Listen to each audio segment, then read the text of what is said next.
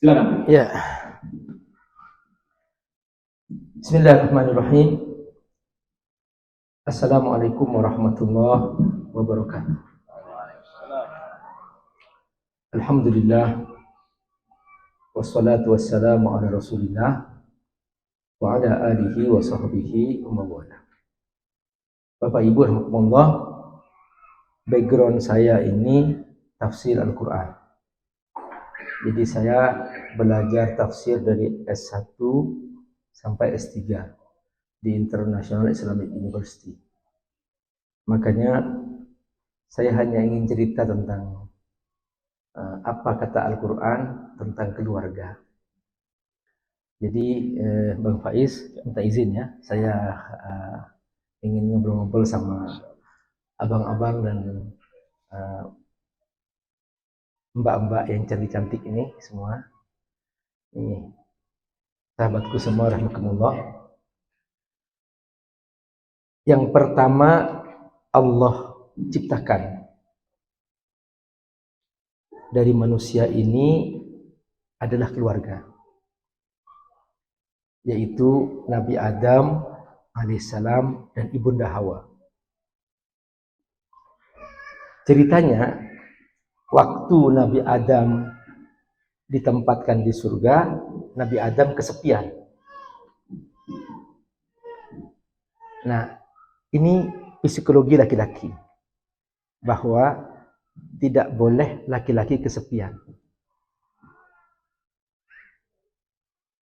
Hanya bengong Nabi Adam di surga, duduk, berdiri, mandang, sendirian. Akhirnya oleh Allah subhanahu wa ta'ala didiamkan sebentar, pas terpejam, langsung sudah satu tulang rusuknya hilang. Dan langsung menjadi Ibunda Hawa. Kenapa diberi nama Hawa? Nabi Adam bertanya kepada Allah, kepada Ibunda Hawa. Man anti? Siapa kamu? Ana imro'ah, aku seorang perempuan. Ini cinta pertama manusia di surga. Belum pernah ada cinta sebelumnya di kalangan manusia. Karena Nabi Adam manusia pertama. Dia langsung tertarik, man anti? Siapakah kamu? Ibunda Hawa menjawab, ana imro'ah, aku seorang perempuan. Mimma khuliqti, dari apa kamu diciptakan? Minka, aku diciptakan dari kamu. Maksudnya dari tulang rusuk laki-laki. Langsung Nabi Adam mengatakan, idzan anti Hawa. Sekarang aku sebut namamu Hawa. Li'annaki khuliqti min syai'in hayy. Karena kamu diciptakan dari makhluk yang hayy, makhluk yang hidup. Itulah cerita Nabi Adam bersama Ibunda Hawa. Waktu itu manusia pertama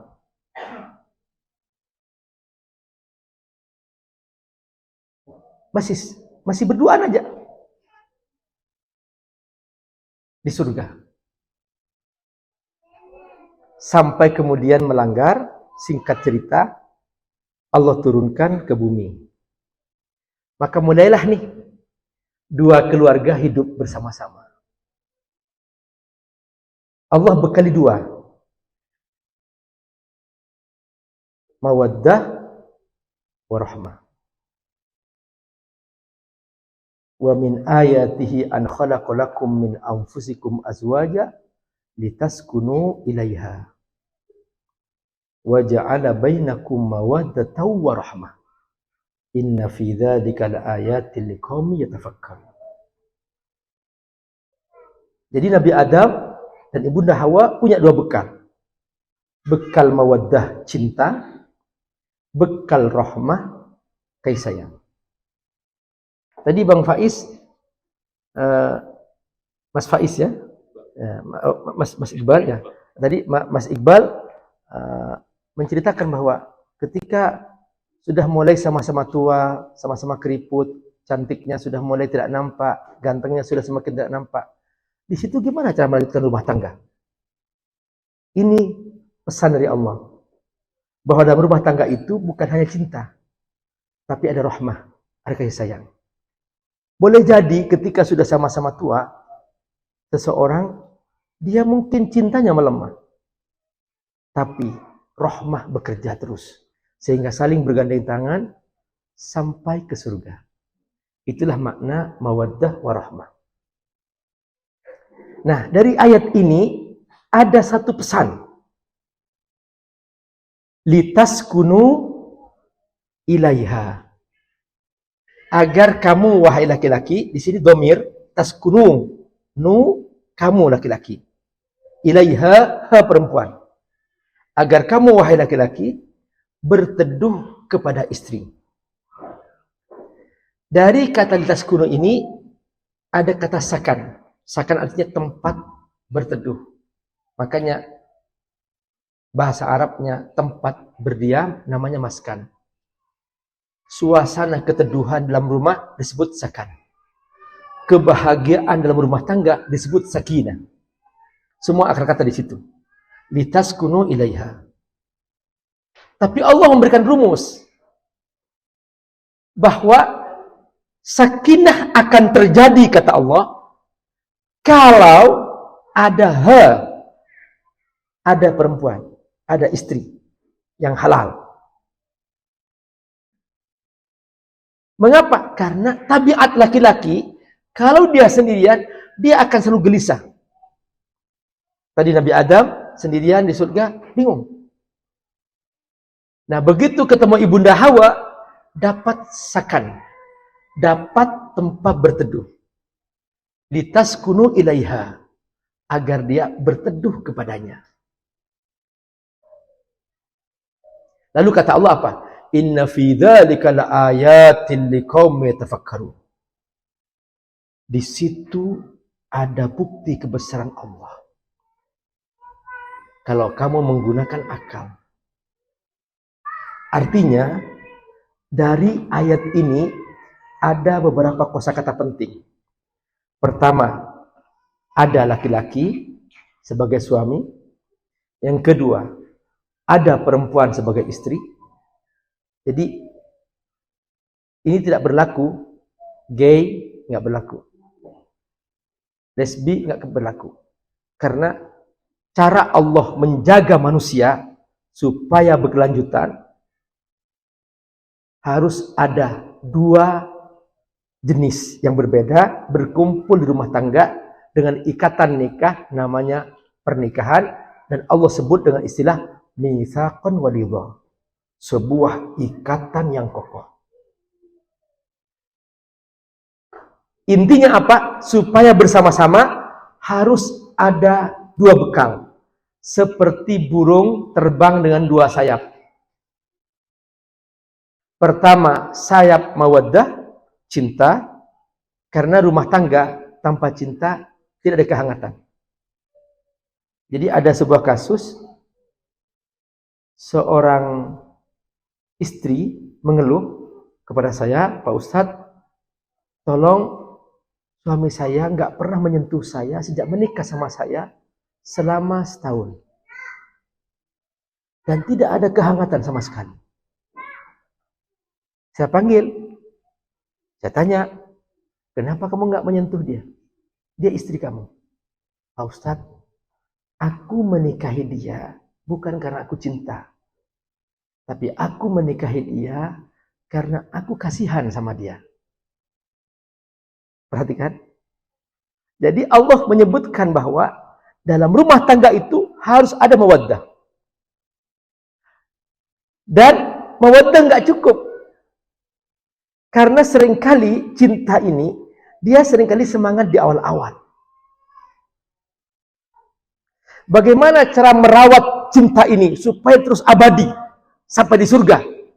Kata Allah, harus ada pendampingnya, yaitu rahmah, kasih sayang. Di situ seorang suami akan berpikir 1000 kali untuk menyakiti istrinya, untuk menzalimi istrinya, untuk berkata-kata kasar kepadanya, apalagi memukul. Di situ ada pesan yang Allah titipkan bahwa jangan sampai seorang suami menyakiti istrinya. Istri ini ibarat kaca, sangat sensitif. Sekali retak, sulit disatukan kembali. Sebuah ucapan kasar seorang suami, ketika sudah terlanjur terucap di depan seorang istri, seumur hidup gak akan pernah terlupakan. Karena istri merekam dengan perasaannya. Dan Allah telah mendesain masing-masing suami dan istri ini dengan tugas, fungsi, dan karakter masing-masing. Kalau laki-laki lebih banyak porsi akalnya. Kalau perempuan lebih banyak porsi perasaannya. Makanya laki-laki nggak mau kalau disuruh hamil 3 hari. Siapa yang mau? Nggak akan mau kan? Nah, tapi kaum ibu, dia hamil 9 bulan, senang. Padahal selama 9 bulan, tidak pernah seorang ibu tidur tengkurup, nggak pernah. Dia mungkin terlentang berat, miring ke kanan juga berat, miring ke kiri berat. Penderitaan luar biasa. Tapi dia senang. Itu apa yang bekerja? Perasaan. Laki-laki untuk membawa anak yang lagi buang air misalnya, dia nggak mau. Pasti dipanggil ibunya, "Mah, ini tolong bawa." Tapi kalau lagi bersih, mau laki-laki membawa. Jadi ayah membawa itu. Kenapa? Karena ayah lebih bekerja dengan akalnya dan dia tugasnya khusus. Sebagai apa? Qawwam. Kata Allah, ar-rijalu qawwamun 'ala nisa. Qawwam itu ada 3 makna. Dari kata qama yaqumu. Pertama, qaimun bil mas'uliyah. Dia yang bertanggung jawab atas rumah tangga. Mau dibawa kemana rumah tangga ini? Mau ke surga atau ke neraka? Ini suami. Mas'uliyah. Jadi ketika ada perintah, ku anfusakum wa ahlikum naro, ini khitabnya, arahnya suami. Jaga keluargamu dari api neraka. Dirimu dan keluargamu dari api neraka. Maksudnya apa? Para suami. Kenapa? Karena qaimun bil mas'uliyah. Mau dibawa ke surga atau ke neraka tergantung suami. Makna kedua, qaimun bin nafaqah. Suami yang bertanggung jawab atas nafkah. Istri seumur hidup nih, anak perempuan. Seumur hidup dari sejak lahir sampai mati tidak ada tanggung jawab sama sekali mencari nafkah. Tidak ada. Jadi nggak pernah dosa perempuan nggak cari nafkah. Dia masih kecil, tanggung jawab ayahnya, laki-laki. Ayah meninggal dunia, tanggung jawab saudara kandung laki-laki. Menikah, tanggung jawab suami. Itu perempuan. Makanya laki-laki oleh Allah diringankan beban jasmaninya. Laki-laki nggak ada beban kehamilan, nggak ada beban payudara, supaya dia bekerja keras dengan pekerjaan apapun. Dia bisa turun naik gedung yang tinggi, pokoknya kerja apa saja.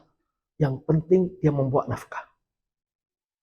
Ini makna qawwam. Qaimun bin nafaqah. Laki-laki yang bertanggung jawab untuk nafkah keluarga. Lalu yang ketiga, qaimun bit tarbiyah.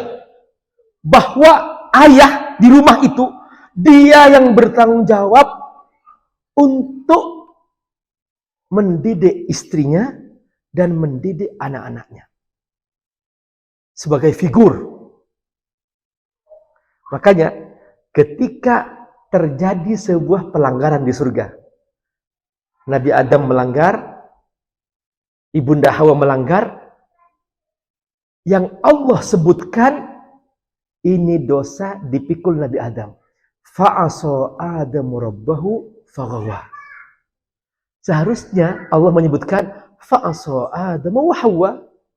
Tapi Ibunda Hawa tidak disebutkan. Kenapa?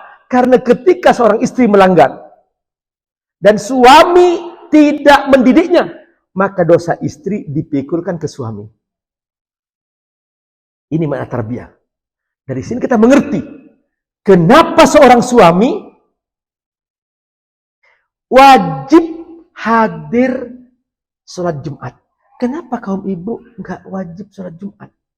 Supaya suami datang ke masjid, mencari ilmu, dengarkan khutbah, pulang ke rumah, bimbing istri, bimbing anak.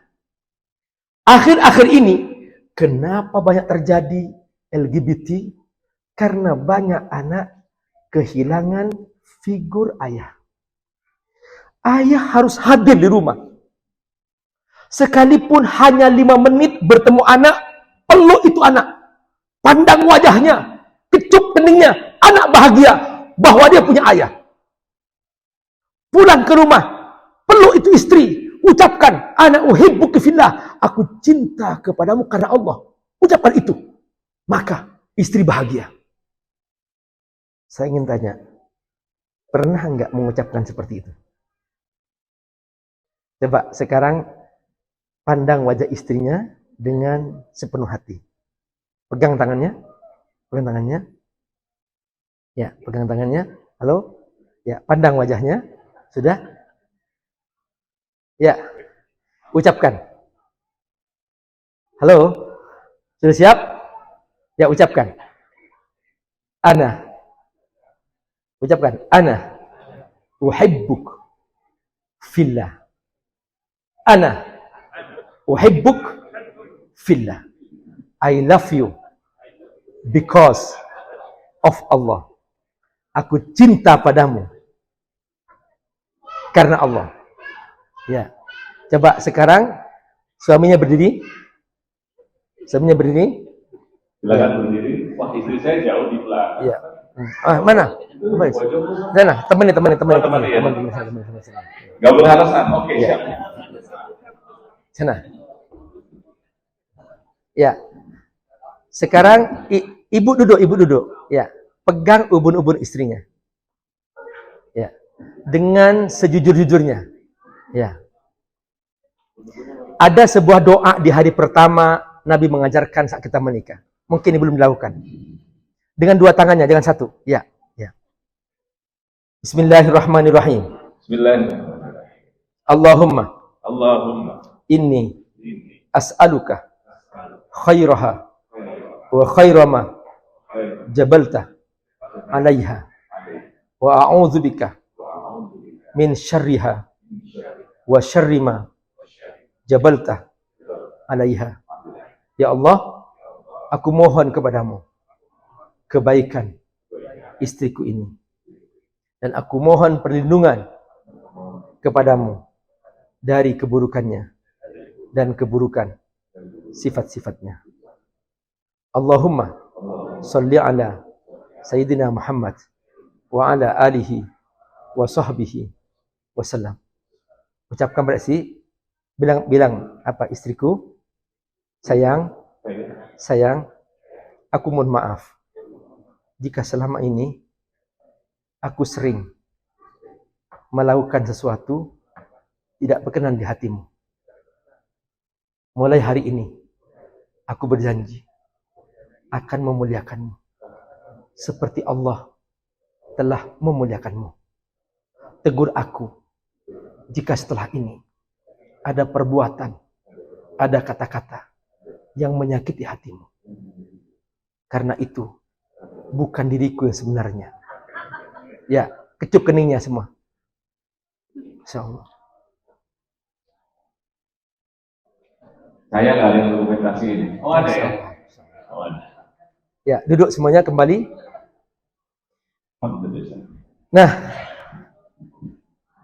teman-teman semua rahmatullah. Jadi itu karakter yang berbeda menyebabkan fungsi yang berbeda. Karena laki-laki lebih banyak porsi akal, maka oleh Allah hak talak itu diserahkan ke laki-laki. Karena laki-laki dengan akal yang sehat tidak mungkin begitu mudah mengatakan kata-kata cerai. Allah Maha tahu kalau hak cerai ini diserahkan kepada kaum ibu, maka setiap detik ada perceraian. Karena marah sedikit, udah aku cerai kamu. Selesai, udah. Bubar rumah tangga. Nah, itu rahasianya. Kenapa? Karena kaum ibu bekerja dengan perasaan. Karena itu, hampir semua dalam Al-Quran, ayat-ayat tentang perintah. Untuk urusan rumah tangga, perintah itu untuk laki-laki. Contohnya, nggak ada perintah dalam Al-Quran, wahai kaum ibu, perlakukan suamimu. Nggak ada. Yang ada perintah laki-laki, wa ashiruhunna bil ma'ruf. Wahai laki-laki, perlakukan istrimu dengan baik. Itu perintah untuk laki-laki. Wa ashiruhunna bil ma'ruf. Perlakukan istrimu dengan baik. Masya Allah. Kata al-ma'ruf, satu akar kata dengan urf, arafa ya'rifu. Pertama, arafa ya'rifu, dengan ma'rifat. Maksudnya, kamu harus kenal siapa istrimu. Kamu harus kenal bagaimana sifat-sifatnya. Kamu harus tahu ketika istrimu itu ngomel, memang itu kewajibannya. Karena istri kalau tidak banyak mengucapkan kata-kata, nggak banyak menuangkan perasaan, maka dia akan sakit. Pilih, mau ke rumah sakit setiap detik, atau biarkan dia bercerita tentang perasaannya. Wahai laki-laki. Jadi perempuan itu sejak zaman Nabi Adam sampai hari kiamat, itu tugasnya. Harus setiap hari berucap 124.000 kata. Minimal. Harus dia ngucap terus. Karena kalau enggak, dia akan sakit. Barakallah. Ini makna wa asyiru bil ma'ruf. Harus kenal, arafah. Ma'rifat. Terus yang kedua, dari kata ma'ruf ini ada makna penting juga, yaitu apa? Al-urf. Kamu harus kenal dia itu dari suku mana. Tabiat di suku itu apa. Sehingga gak tersinggung. Maka dikenal itu. Perilaku di suku itu apa? Oh, kalau berkata begini, dia nggak marah, itu sayang. Sekalipun nampak kasar. Sebab banyak seorang suami tidak kenal istrinya, akhirnya ketika tersinggung, langsung marah-marah, dan akhirnya kemudian entah itu melakukan tindakan yang menyakitkan istrinya, atau menyakitkan keluarganya. Na'udzubillah min dzalik. Nah, oleh karena itu, barakallah, saya akan sebutkan beberapa hal penting yang harus kita ikuti sebagai panduan bagaimana seharusnya menjadi seorang suami. Di mana seorang suami bisa berhasil membuat cinta seorang istri. Kok bisa ya Rasulullah SAW membuat istri cinta? Padahal rumah Nabi itu sampai sekarang, nanti kalau teman-teman pergi umroh, insya Allah saya doakan semoga pergi umroh. Lihat rumah Nabi. Rumah Nabi itu sejak itu sampai sekarang hanya 4 meter persegi. Istrinya itu hanya dikasih satu ruang. Di situ ruang tamu, ruang tidur, dan dapur sekaligus. Itu rumah Nabi. Tapi Nabi kok bahagia? Berarti bahagia itu bukan di fasilitas. Banyak orang salah paham. Disangkanya kalau dia punya fasilitas lengkap pasti bahagia. Ada salah seorang direktur perusahaan di Jakarta, dia bercerita, Pak Ustadz, saya punya istri, perasaanku sudah aku penuhi semuanya. Rumah besar, sekitar 0,5 hektar, ada kolam renangnya, ada kebunnya lengkap. Aku sediakan dia itu 5 HP terbaru Pak Ustadz. Semuanya. Tapi kenapa dia nggak pernah menghormati saya, nggak pernah menghargai saya, dan tidak mesra bersama saya? Ada apa Pak Ustadz? Terjadi. Rumah Nabi 4 meter persegi, nggak ada kolam renang, Nabi hanya tidur di atas selai tikar. Ketika Nabi terbangun, ada bekas tikar di pipinya. Sahabat datang kemudian mengusap bekas tikar itu. Lalu berkata para sahabat, wahai Rasul, ma ra'yuk afrish alaikal hasir. Bagaimana kalau aku hamparkan untukmu sehelai kain yang empuk seperti raja-raja itu. Gimana wahai Rasul? Kata Nabi, ini perhatikan. Seorang suami harus berhasil menanamkan pada istrinya sebuah persepsi yang benar tentang dunia, tentang bahagia, bahwa itu bukan di fasilitas. Apa kata Nabi? Mali ulid dunia illa karajulin yazillu tahta syajarah summa tarakaha. Perumpamaanku dengan dunia hanya seperti seorang yang berteduh di bawah pohon, lalu dia pergi, pohonnya ditinggal. Ngapain kita membesar-besarkan fasilitas? Kita bahagia kok seperti ini. Begitulah. Ternyata bahagianya keluarga Nabi adalah karena perilaku Nabi yang sangat perhatian kepada istri. Jadi bahagia di rumah tangga itu sangat tergantung kepada suami sejauh mana dia berhasil membuat istri bahagia. Ibunda Aisyah banyak bercerita tentang perilaku Nabi. Kata Ibunda Aisyah, setiap Nabi pulang dari masjid, habis sholat duha. Karena Nabi punya kebiasaan sholat subuh di masjid, lalu duduk sampai masuk waktu duha. Ini namanya dikenal dengan sholat syuruk. Nabi langsung sholat 2 rakaat, langsung pulang ke rumahnya. Kata Ibunda Aisyah, yang pertama Nabi lakukan apa? Langsung dia mengecup aku di keningku dan langsung aku didoakan. Coba, Bu. Halo Bu, bahagia enggak kalau digituin? Bahagia enggak? Itu dia rahasianya. Ini ada seorang kaya raya, rumahnya mewah, dia enggak sempat melihat wajah istrinya.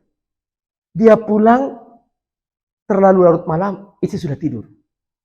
Dia berangkat kantor, istri masih tidur juga. Enggak pernah ketemu sama istrinya. Saking sibuknya di luar rumah. Tentu istri seperti ini akan kehilangan.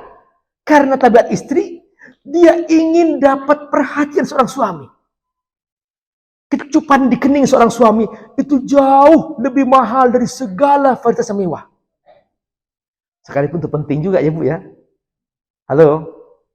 Pokoknya Pak, kalau Bapak mampu beri fasilitas mewah, terus cukupkan belanjaan, jangan sampai kurang. Setelah itu kecup keningnya, udah selesai.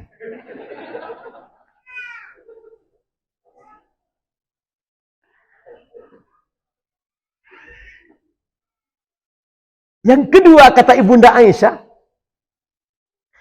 Nabi di rumah itu gak pernah sibuk dengan pekerjaan.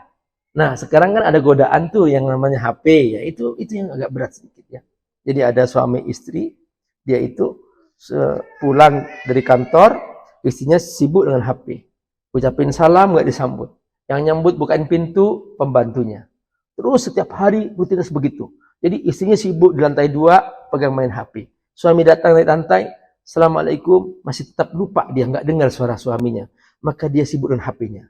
Akhirnya suami duduk di sampingnya, dia mengucapkan berkali-kali, aku ingin minum kopi. Gak dengar juga, akhirnya dia pakai WhatsApp. Ma, aku minum kopi. Klik dibuka. Oh, minum kopi. Sampai seperti itu. Lalu kemudian setelah itu tidur bersama-sama di satu dipan. Tapi masing-masing sibuk dengan HP-nya masing-masing. Sampai tertidur dengan HP-nya masing-masing. Bangun tidur yang dicari pertama-tama HP. Bukan istri yang dipeluk, bukan suami yang dipeluk. Hilang itu semua kemesraan. Nah, kata Ibunda Aisyah, Nabi di dalam rumah belum pernah sibuk dengan pekerjaan apapun. Nabi bermain dengan Ibunda Aisyah. Bergurau dengan Ibunda Aisyah. Sampai Nabi kadang saling timang. Artinya Nabi mengangkat Ibunda Aisyah. Lomba lari bersama-sama. Dan Nabi kalau minum air itu benar ceritanya. Seperti yang di lagu itu. Jadi Nabi kalau minum air, itu suka bekas istrinya dan dicari mana bekas bibirnya. Halo, wahai para suami.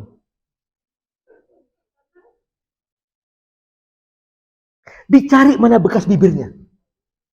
Ibunda Aisyah memperhatikan itu. Bahagia sekali rumah itu. Sekalipun sederhana. Jadi kebahagiaan itu bukan di fasilitas. Kebahagiaan itu di pikiran kita. Perbuatan kita. Perilaku kita. Kebahagiaan itu ada di keputusan kita. Kita yang memutuskan. Terserah entah rumah kita sederhana, entah rumah kita ngontrak, tapi ketika kita punya keputusan, aku ingin bahagia, rumah kita akan bahagia. Itu dia yang harus kita pikirkan dan kita putuskan mulai sekarang. Sekarang saya ingin coba, saya sebutkan beberapa kata kunci. Seperti apa sih seorang suami yang membahagiakan istrinya? Tazayyan li zawjatika kama tuhibbu an tazayyan lak.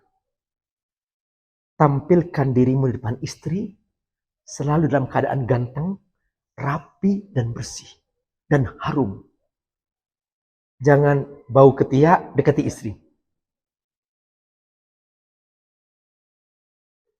Nabi ketika bersama istrinya, ceritanya adalah setiap ada bekas sentuhan dari kulit Nabi, itu harumnya tersisa sampai berhari-hari.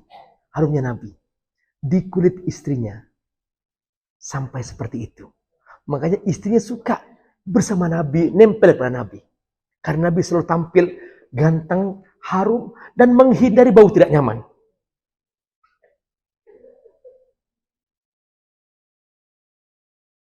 Ini satu aja, ini coba di checklist ya, checklist. Coba, mana yang belum, mana yang sudah ya. Ini saya sebutkan banyak sekali, ada sekitar 50 nih.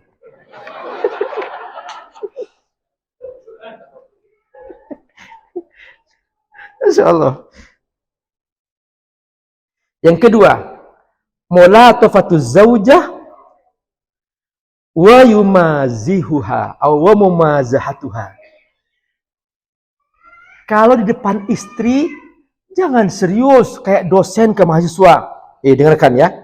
Kamu dengarkan. Nggak bisa begitu. Istri itu bermain, bergurau, Masya Allah, bersenang-senang, jalan-jalan, itu istri. Bukan serius. Seperti dosen. Pernah saya salah paham. Di hari pertama langsung saya mikir, saya langsung setiap pagi subuh saya akan baca kitab Riyadhus Shalihin sampai selesai. Langsung saya duduk bersila, buka Riyadhus Shalihin, kamu di sana, duduk sana, duduk sana. Kayak kiai, kasih kiai, dia murid. Nah, begitu saya baca hadis, qala Rasulullah sallallahu alaihi wasallam, langsung dia sudah mulai tidur, pindah tidurnya ke paha ke sini. Nah, gimana ngajarnya ini?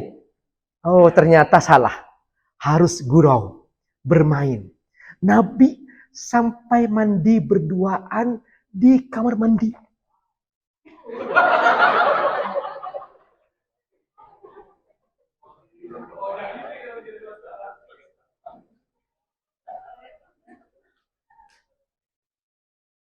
Jadi Bunda Aisyah bercerita, "Igtasaltu ana wa Rasulullah fi ina'in wahid."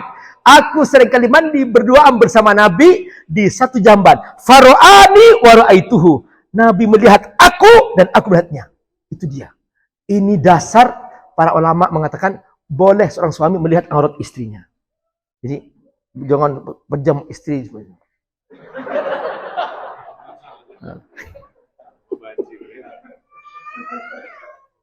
Jadi Nabi mesra luar biasa. Bahkan kata Ibunda Aisyah, saat aku sedang head, Nabi menghamparkan selai kain yang tipis di atasku dan Nabi berbaring di atas dadaku. Masya Allah. Ibunda Aisyah senang mengelus Nabi pelipisnya di atas dadanya. Masya Allah. Kalau zaman sekarang kan, Pak, emang nggak ada bantal ya?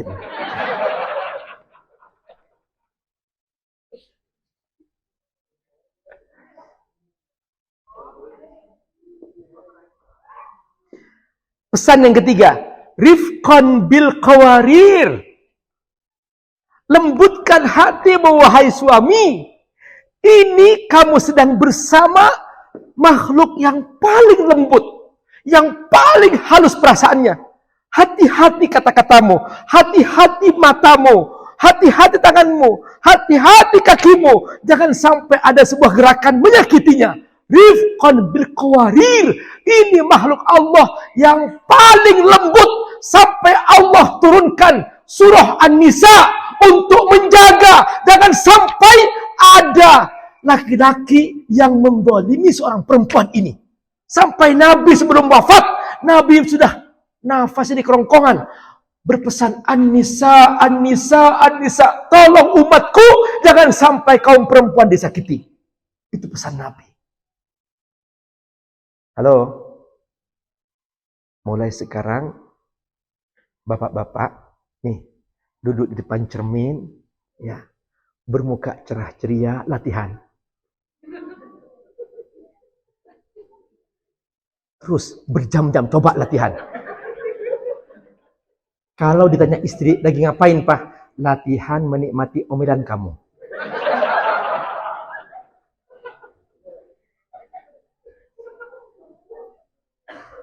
Rifqan bil qawarir. Rifqan bil qawarir. Lembutkan hatimu. Kamu sedang bersama makhluk yang Allah cintai dan Allah titipkan kepadamu, dan itu sangat halus perasaannya.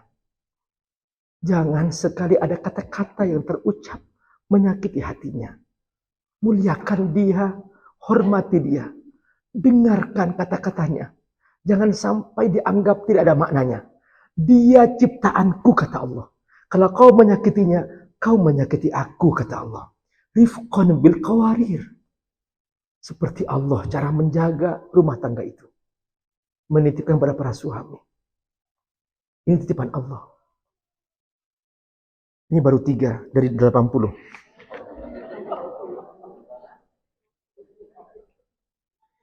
Yang keempat, saya sudah bilang kepada panitia, kalau belum datang, udah saja jangan suruh berhenti. Sampainya saya berdiri aja di sini. Ya, siap? Siap nggak? Siap? Betul? Semoga Allah berkahi. Yang keempat,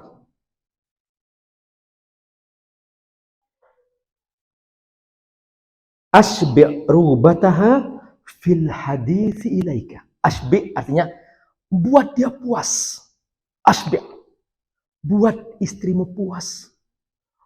Mengungkapkan semua isi hatinya kepadamu. Jangan sampai ada yang tersisa. Dengarkan baik-baik. Simak. Pokoknya nikmati suara istri itu, ucapan istri itu, apapun bentuknya. Seperti menikmati suara burung nuri di pagi hari. Nikmati.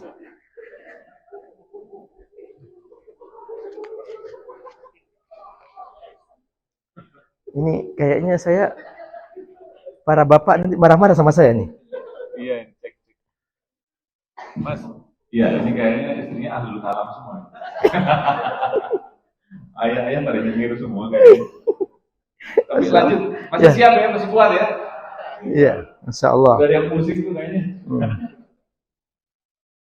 Yang kelima, antuhsin munadatiha. Wahai para suami, kau beri panggilan istrimu dengan panggilan yang baik. Nabi melihat wajah ibunda Aisyah kemirah-mirahan. Ya Humaira, wahai yang pipinya mirah.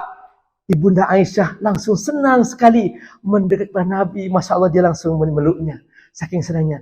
Ya Humaira, wahai yang pipinya mirah. Allah. Saya melihat ada seorang suami. Istrinya namanya Najihah. Panggil, he, jehe, jehe.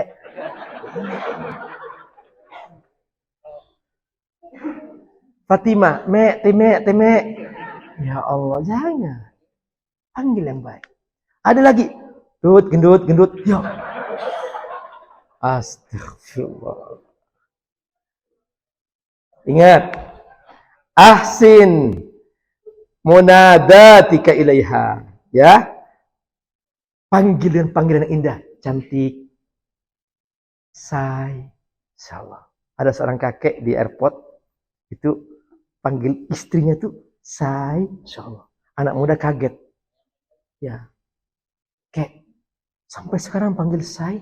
Masya Allah, Kek luar biasa. Gimana? Apa tipnya? Kata kakek, saya lupa namanya.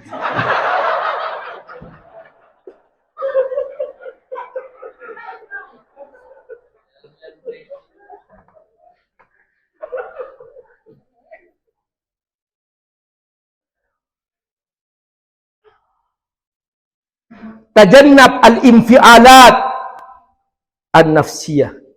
Hindari sikap-sikap reaktif yang spontan membuat istri kamu tersinggung. Hindari, hati-hati. Tiba-tiba marah seketika, tiba-tiba dia kemudian berkata-kata kasar seketika. Hindari sama sekali. Hindari. Istri itu Pak, ketika sudah siap jadi istri, dia tidak ada pilihan kecuali dia ingin membahagiakan suaminya dari ujung rambut sampai ujung kaki. Gak pernah berpikir yang lain, itu istri. Maka jaga keikhlasan istri. Jaga. Dia sudah mengikhlaskan dirinya, rela berpisah dari ayah ibunya yang membesarkannya, melahirkannya, hanya untuk seorang suami yang dia cintai. Dan itu ketulusan cinta. Dan itu yang akan dihisab nanti di hari kiamat oleh Allah. Mana buktinya wahai para suami bahwa kamu memberikan balasan yang membuat istrimu bahagia? Mana buktinya? Allah akan menagih itu di hari kiamat nanti. Dan ternyata itu bukan harta. Karena mungkin keluarga itu miskin. Allah tidak mentanya itu. Tapi Allah tanya, mana tanggung jawabmu? Mana perhatianmu? Mana bukti bahwa kamu bersungguh-sungguh memuliakannya? Itu yang akan dihisab oleh Allah Subhanahu wa ta'ala.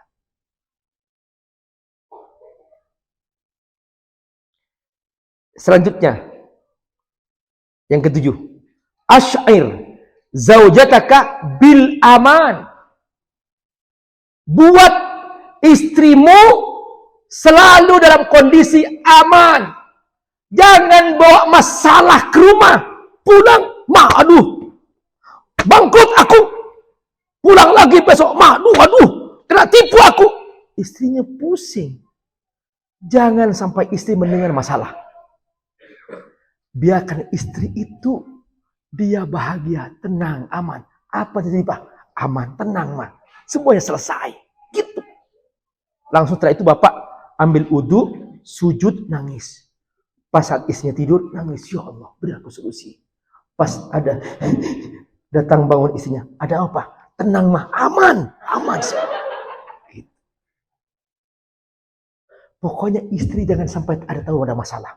Biarkan suami menanggung seluruh persoalan itu. Istri suka punya suami gentle. Istri suka punya suami percaya diri. Istri suka punya suami bertanggung jawab. Istri suka.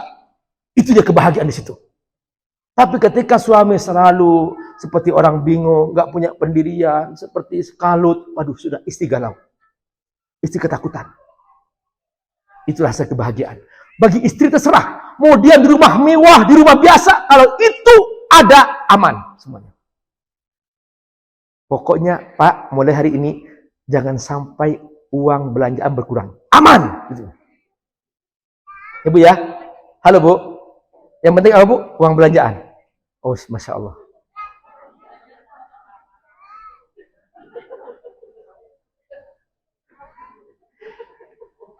Dan ternyata Bapak Ibu, istri yang amanah itu, dia takut menggunakan uang suaminya.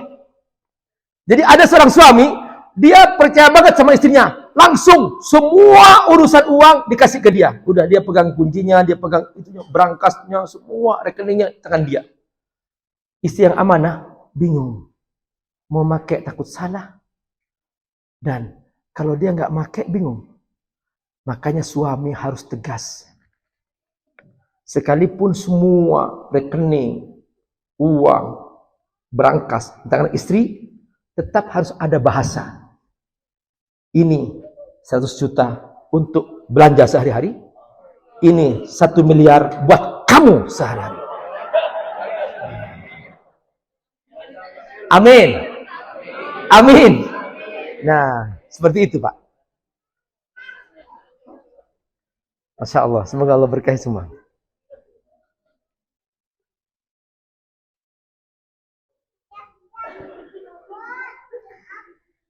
Selanjutnya, yang ke-9, yang ke-8. Ista'in bil mufajaat as-sarah. Setiap pulang ke rumah, usahakan selalu ada kejutan-kejutan yang membuat istri bahagia. Masya Allah. Tiba-tiba dia membawa kue. Ma, subhanallah, ini buat mama. Ada apa, Pak? Pokoknya buat kamu. Ini kan hari ulang tahun kamu. Gitu, Pak. Jangan dikira menghafal ulang tahun istri itu masalah kecil. Itu masalah besar bagi istri. Kalau bapak nggak hafal, bapak punya masalah besar. Halo? Coba ngacung siapa yang belum hafal tanggal lahir istrinya? Kayaknya kedip-kedip tuh. Untuk apa itu? Itu untuk membuat kejutan-kejutan. Sehingga tiba-tiba dapat hadiah. Buku. For my beloved wife. This is for you. Dibuka buku. Masya Allah. Muhasabah cinta. Wah, luar biasa. Dibaca oleh istrinya. Indah sekali. Sederhana, tapi indah sekali.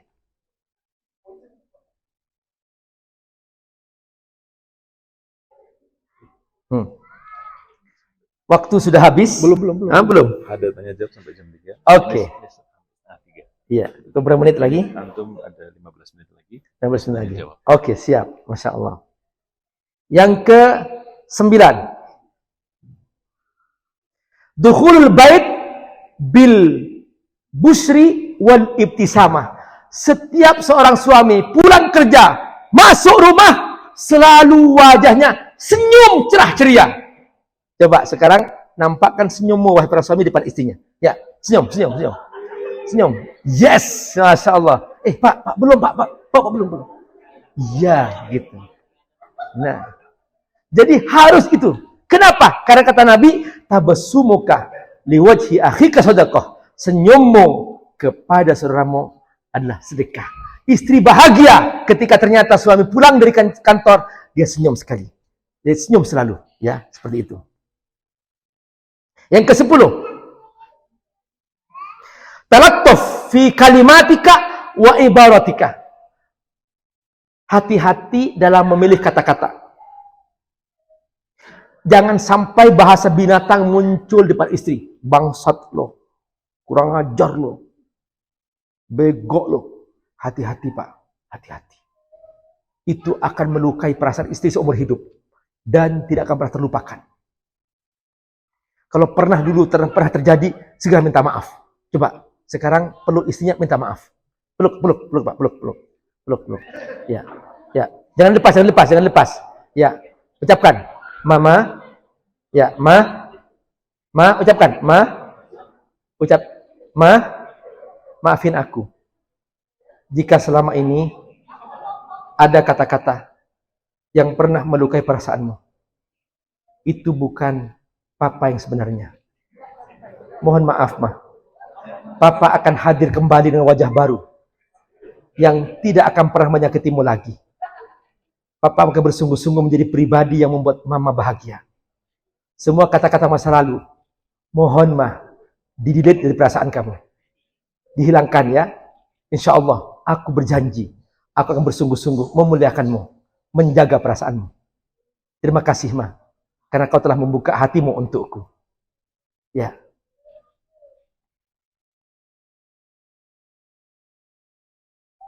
Yang ke-11.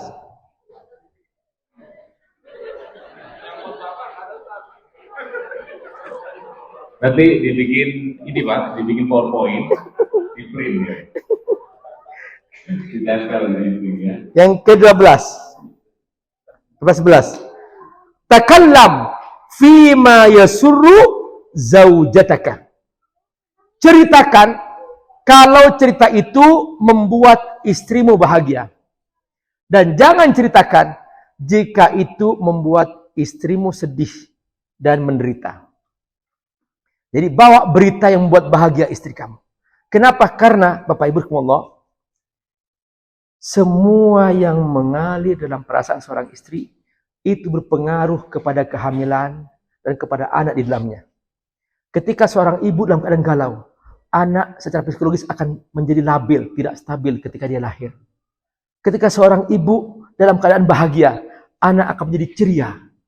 Ketika seorang ibu penuh ketakutan, anak akan selalu dihantui rasa takut.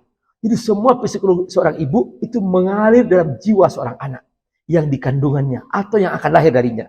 Nah, oleh karena itu, tugas seorang suami benar tadi itu, rifqan bil qawarir, lembutkan hatimu, perasaanmu, kata-katamu, buat bahagia selalu istri. Seperti itu rahasia sakinah di rumah tangga itu. 12. Antam dahaha amama ahlika wa ahliha. Hendaklah engkau wahai suami memujinya di depan keluargamu dan di depan keluarganya. Pernah nggak begini? Jadi pas kunjungan ke rumah mertua istri, artinya keluarga suami, datang, ceritakan. Ini Masya Allah luar biasa. Kalau saya nggak didampingin istriku ini, aku nggak ada apa-apanya. Ceritakan kepada keluarga bahwa kamu hebat karena istriku ini. Di depan keluarganya, ceritakan juga bahwa kebaikannya. Anakmu, wahai ayah, ibu, Masya Allah, aku bahagia sekali. Terima kasih ayah. Ucapkan itu. Belum pernah? Belum pernah? Nah, coba nanti. Pulang segera. Ya. Insya Allah, ucapkan itu. 13. Al-mujamalah matlubah. Perlu bahasa-bahasa yang istilahnya gombal. Apa ya? Apa Ustaz? Mujamalah.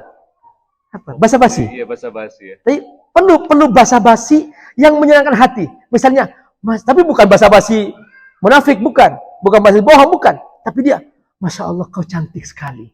Masakanmu enak banget hari ini. Sekalipun mungkin asin banget, tapi enak banget masakan. Saya belum pernah merasakan seperti ini masakan itu. Itu luar biasa masakan kamu. Masya Allah. Aku senang sekali. Tapi besok kurangi garamnya ya, gitu. Kayak gitu. Pokoknya perlu basa-basi begitu. Setiap dia mengucapkan, mungkin dia terlupa, terlewat ya. Ada sesuatu yang ya nampak kurang, misalnya. Pokoknya tutupin semua, perlu bahasa itu. Dan Nabi selalu melakukan itu. Nabi selalu memuji Ibunda Aisyah. Dan suatu hari Nabi minum madu di depan istrinya. Istrinya mengucapkan, iya ya, kok saya mencium yang kurang enak ya? Ada apa? Nabi langsung datang. Wahai kekasihku, aku tadi minum madu. Kau tidak suka bau madu itu? Kata istrinya, iya, aku kurang suka bau madu itu. Oke, mulai hari ini aku tidak akan minum madu itu lagi. Langsung turun ayat, Allah tegur Nabi. Ya ayyuhan nabi, lima tuharrimu ma ahallallahu lak, tabtaghi mardata azwajik. Wahai Rasul, kenapa kamu kok mengharamkan apa yang Allah halalkan hanya demi istrimu? Madu itu halal, kenapa kau haramkan pada diri kamu? Itu halal kan? Hanya demi istrimu. Maksudnya apa? Bahwa kita sekalipun sampai di tingkat sayang sama istri, jangan sampai mengubah hukum Allah. Tetap yang halal dihalalkan, yang haram diharamkan. Yang kedua, ini menggambarkan bahwa perasaan halus seorang Nabi.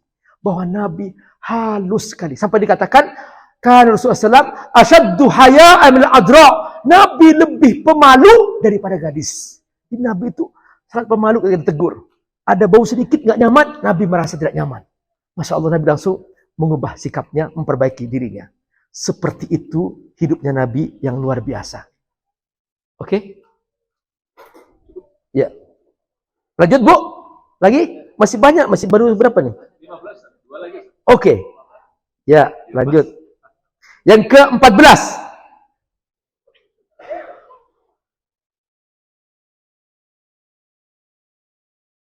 Taqabbal uyuba zaujatika. Wahai para suami, kau buka dadamu, kau terima semua kekurangan istrimu. Jangan kau tolak, jangan kau sakiti, jangan kau pojokkan. Semua kekurangannya kau anggap sesuatu yang sangat luar biasa dan kamu terima. Ya, apapun kekurangannya, Mungkin ada kekurangan sikap, kekurangan perkataan, kekurangan kecerdasan, kekurangan masakan. Semua itu kau anggap itu kelebihan. Jangan sampai dibesar-besarkan sehingga istrinya merasa tersingkirkan di rumah itu. Di waalaikumullah, tip terakhir saya ingin berikan Bapak Ibu, sebuah keluarga itu sangat ditentukan oleh sebuah visi.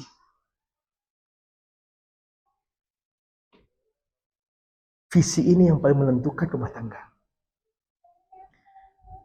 Hari itu ada seorang gubernur di Irak, namanya Sultan Najmuddin. Saudara kandungnya datang menemuinya.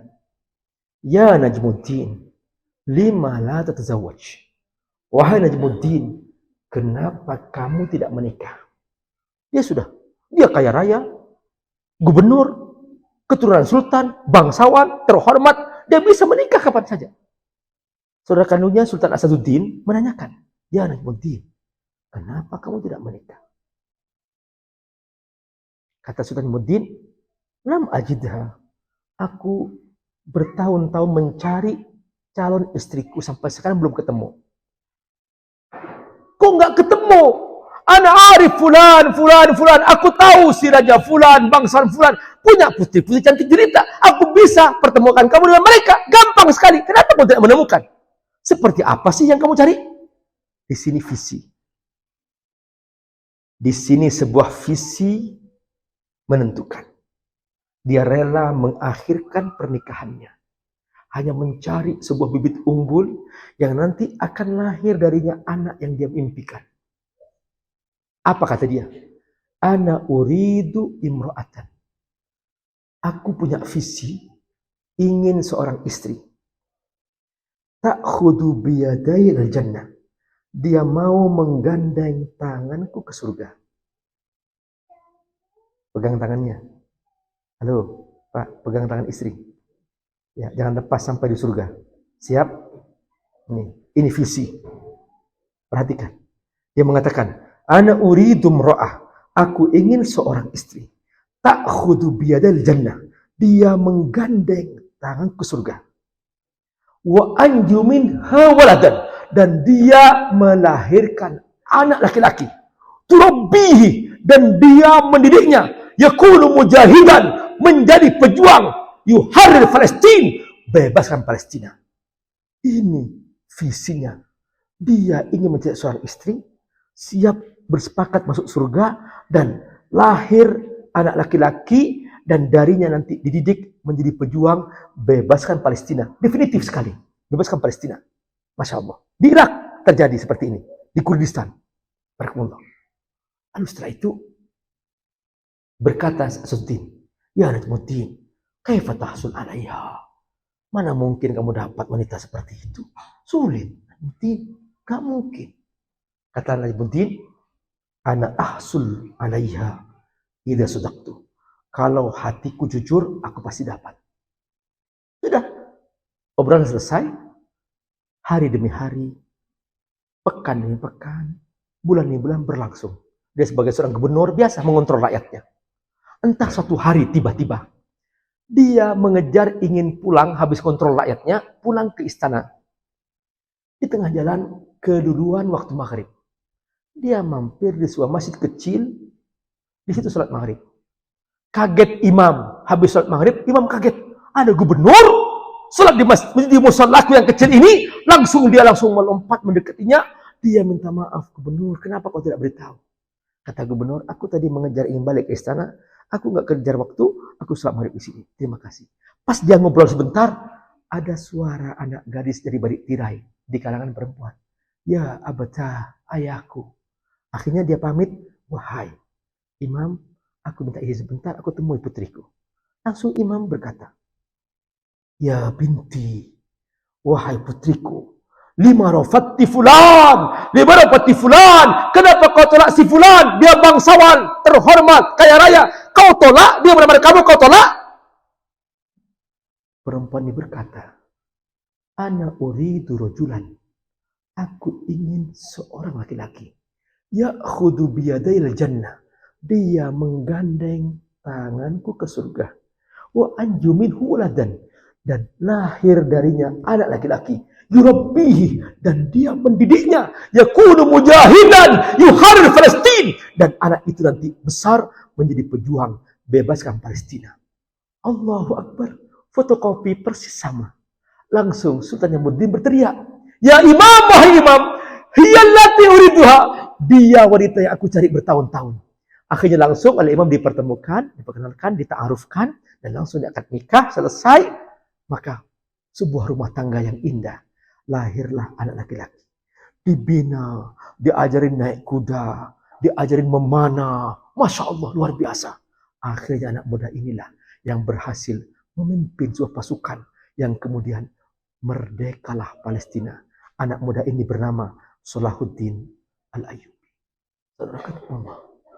Rumah tangga itu berangkat dari sebuah visi. Dan visi ini akan menentukan kemana rumah tangga akan berlangsung. Dan dari visi ini akan muncul perilaku yang tadi kita ceritakan. So perilaku itu nggak bisa dibuat-buat. Dari visi semua itu. Ketika sudah menggandeng ke surga, maka semua perilaku akan muncul seketika. Ketika visi sudah terbentuk, maka akan terjadi sebuah keajaiban-keajaiban. Dan visi ini yang akan dihisab oleh Allah di hari kiamat.